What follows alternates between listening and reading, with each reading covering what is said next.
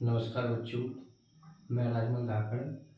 आज हम संख्या पद्धति में पार्ट इसका 3 देखेंगे। 2 पार्ट हम पहले देख चुके हैं। आप डिस्क्रिप्शन में जाकर आप देख सकते हैं, जिसमें 2 पार्टों में हमने प्राकृतिक संख्याओं से लेकर बोर्ड मास विधि तक हमने देखा है। आज हम पढ़ेंगे गुणनखंड। गुणनखंड क्या होता है? गुणनखंड को अपवर्तक बोलते हैं। क्या बोलते हैं? अपवर्तन। क्या बोलते हैं? अपवर्तक।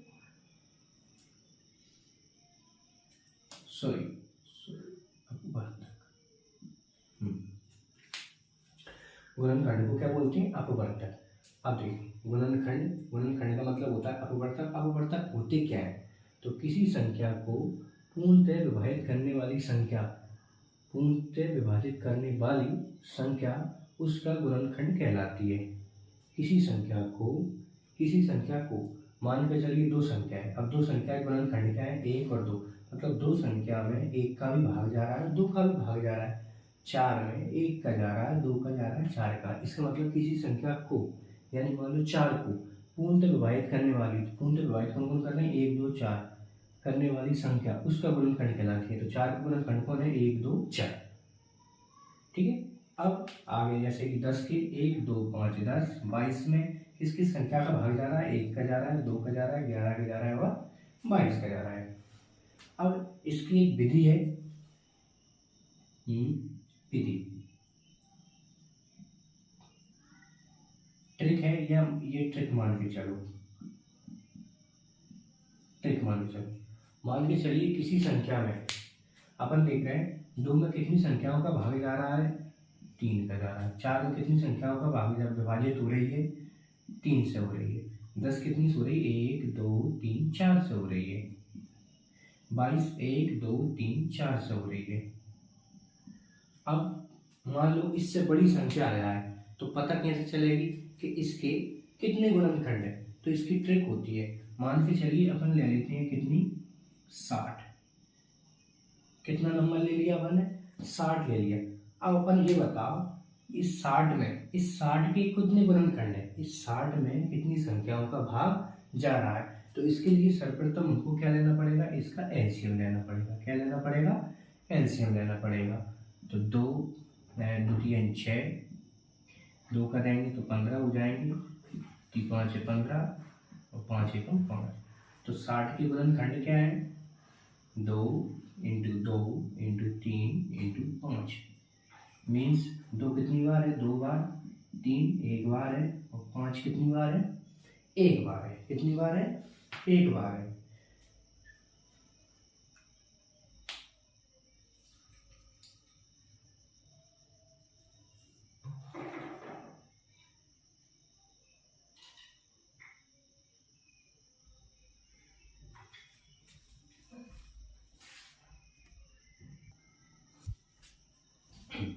हाँ तो बच्चों, अब आगे हमें क्या करना है? आगे जिसकी ये घातें हैं, तो घातें देख लो। इसकी आगे वाला नंबर लिखना है। 2 का कितना है? 3।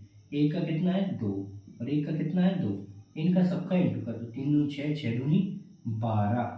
मतलब इसका कहने का मतलब है, जैसे कि हमें 60 में कितने गुणनखंड है? 60 में, यानी 60 में कितनी संख्याओं से विभाजित हो रही है, या ये मान लो कितने गुणनखंड हैं। 60 में कितने गुणनखंड है? तो 60 में कितने गुणनखंड है?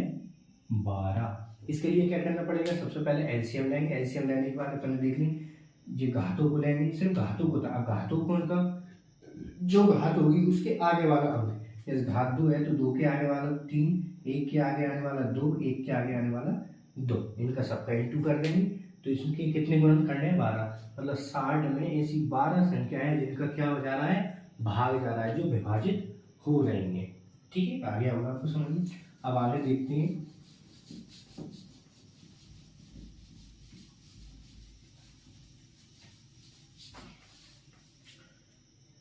अब देखेंगे गुणज। अब गुणज क्या होता है?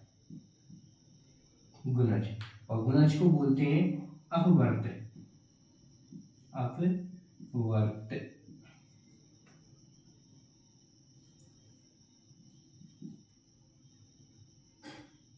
क्या बोलते हैं, अपवर्त। अब गुणज क्या होता है, गुणज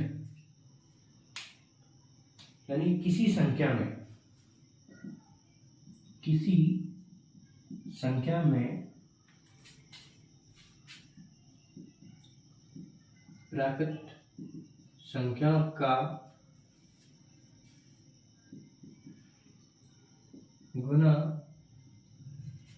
करने पर गुणनफल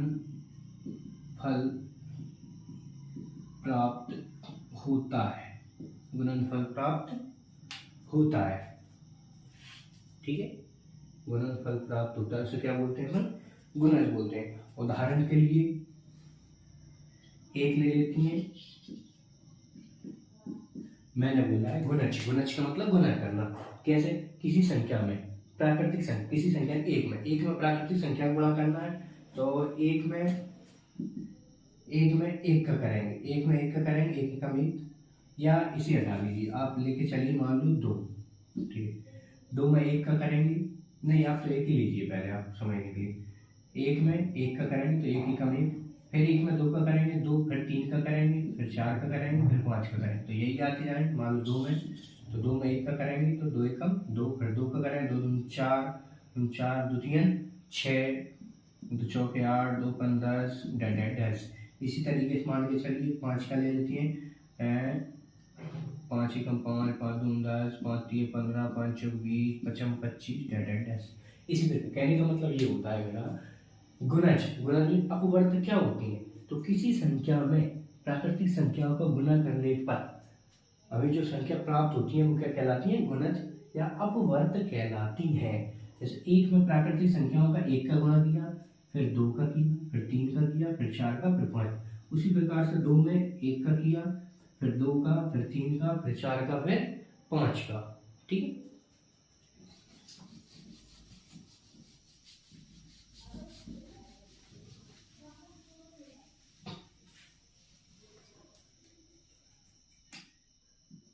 अब देखते हैं सार्व गुणनखंड। सार्व गुणनखंड,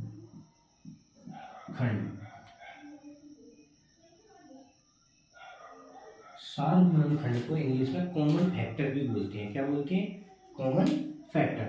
अब सार्व गुणनखंड क्या होते हैं, इसका मतलब ये होता है 2 या 2 से अधिक, 2 या 2 से अधिक संख्याओं का या संख्याओं के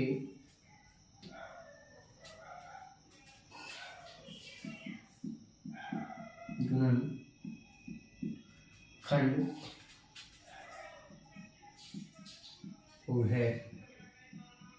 निष्ठ हो, निष्ठ या ये मान के चलिए समान हो। ठीक है, सार्व गुणनखंड क्या होती हैं, 2 या 2 से अधिक संख्याओं के गुणनखंड उभयनिष्ठ या समान हो, उन्हें सार्व गुणनखंड कहते हैं।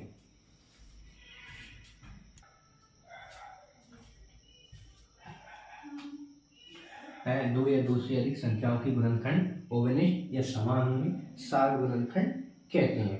जैसे फॉर एग्जाम्पल के लिए, उदाहरण के लिए हमने 1 4 और 18, 4 और 18 संख्या ले लेते हैं, तो गुणनखंड क्या है, तो जाके गुणनखंड क्या है, इसके गुणनखंड क्या है, सार्व गुणनखंड क्या है। तो सार्व गुणनखंड करने के लिए क्या करेंगे हम, 4 की गुणनखंड क्या है, 1 है, 2 है और 4 है। 18 की देख लेते हैं, 18 में किसकी संख्या में भाग जा रहा है, 1 का जा रहा है, 2 का जा रहा है, 18 3 का जा रहा है, फिर 6 का, 6 के बाद में फिर कितने का जा रहा है, 6 के बाद में 9 का जा रहा है, 9 दूनी 18, इसके बाद में कितने का जा रहा है, 18 का जा रहा है। 4 में 1 का भाग जा रहा है, 2 का जा रहा है, 4 का जा रहा है। अब इसमें देखो समान कौन कौन है, एक है और एक 2 है। और कुछ संख्या समान है नहीं है, तो अपन यहाँ क्या लिखेंगे 4 और 18 के साल गुणनखंड कौन कौन से हैं? साल गुणनखंड 1 और 2 हैं।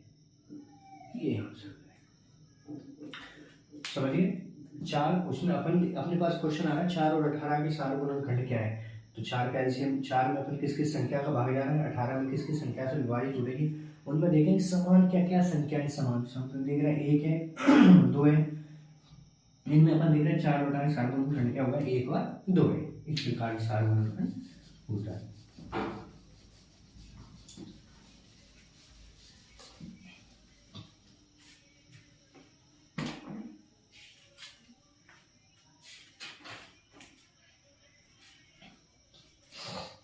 अब आगे देखेंगे अपन एलसीएम। अब एलसीएम क्या होता है अपना? एलसीएम का मतलब होता है लघुत्तम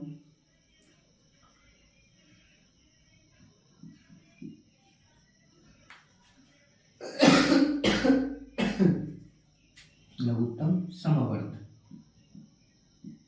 समापवर्त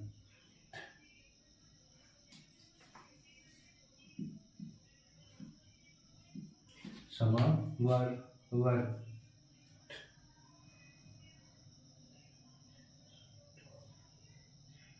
ठीक, एलसीएम का मतलब क्या होता है? लघुत्तम समापवर्त। अब लघुत्तम समापवर्त क्या होता है? लघुत्तम समापवर्त वह होता है जिसमें छोटी से छोटी, जिसमें अपने पास में 2 या 2 से अधिक, जिसमें अपने पास में लघुत्तम 2 या 2 से अधिक दी हुई संख्याओं का एलसीएम निकालना होता है। अपने पास में 1 भी हो सकती है, 1 से 2, 2 से अधिक भी होती है, इनका अपने एलसीएम निकालना होता है।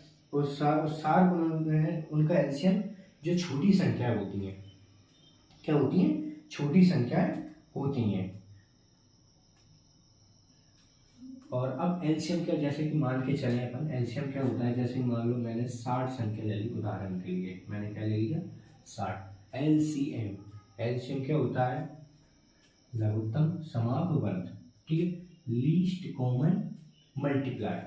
लीस्ट कॉमन मल्टीप्लाई क्या होता है अपने पास में? जैसे अपन 60 का एलसीएम लेंगे अपन, आप सभी लोग एलसीएम आता ही होगा, द्वितीय 6, 2 का 15, 5 है 15 और 5 एकम 5, 5 एकम 5। तो अपन देख पा रहे हैं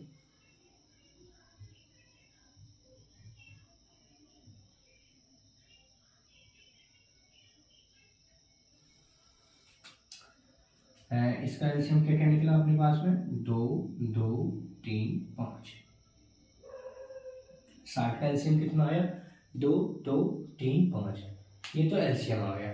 ठीक है, अब मान लो अपने पास में, इसमें क्लियर कर देता हूँ एलसीएम निकालना आपको। ठीक है, मान के चलिए अपन एलसीएम निकालना भी सीख जाएंगे आप।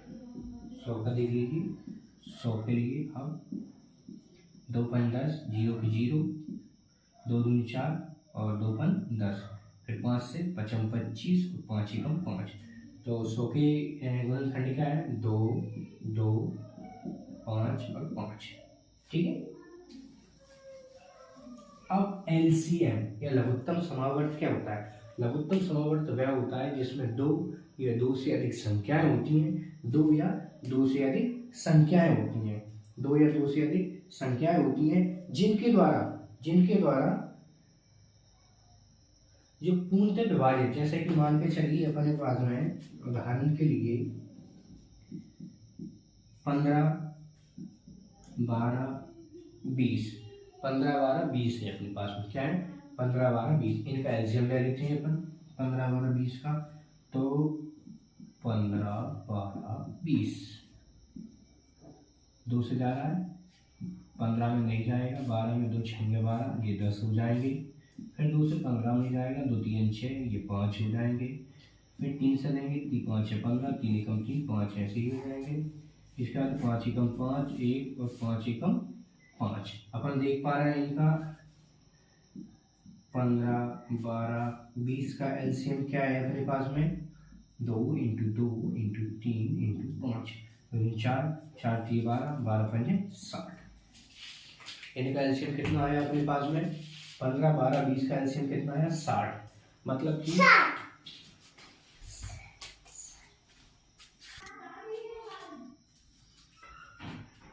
तो एक बार और मैं इसका डाउट क्लियर कर देता हूँ। एलसीएम लघुत्तम समवर्तक का मतलब ये होता है, लघुत्तम समवर्तक का मतलब ये होता है जिसमें एक मिनट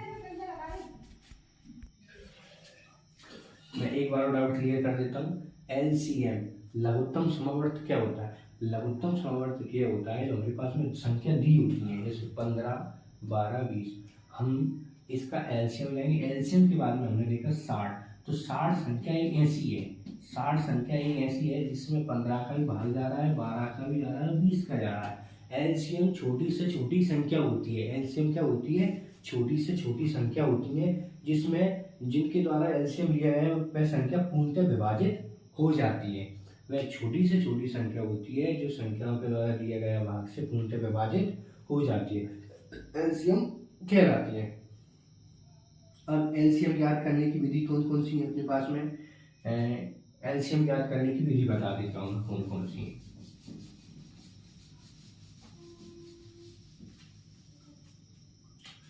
नंबर 1 अभाज्य गुणनखंड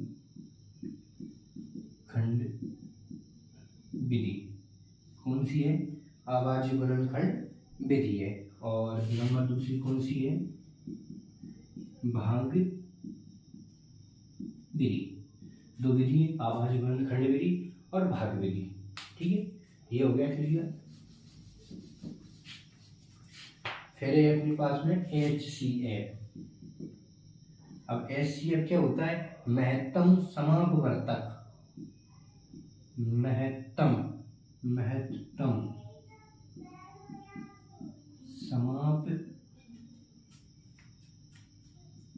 समापवर्तक। हाई कॉमन फैक्टर जिसमें बड़ी से बड़ी संख्या होती है। क्या होती है? बड़ी से बड़ी संख्या होती है।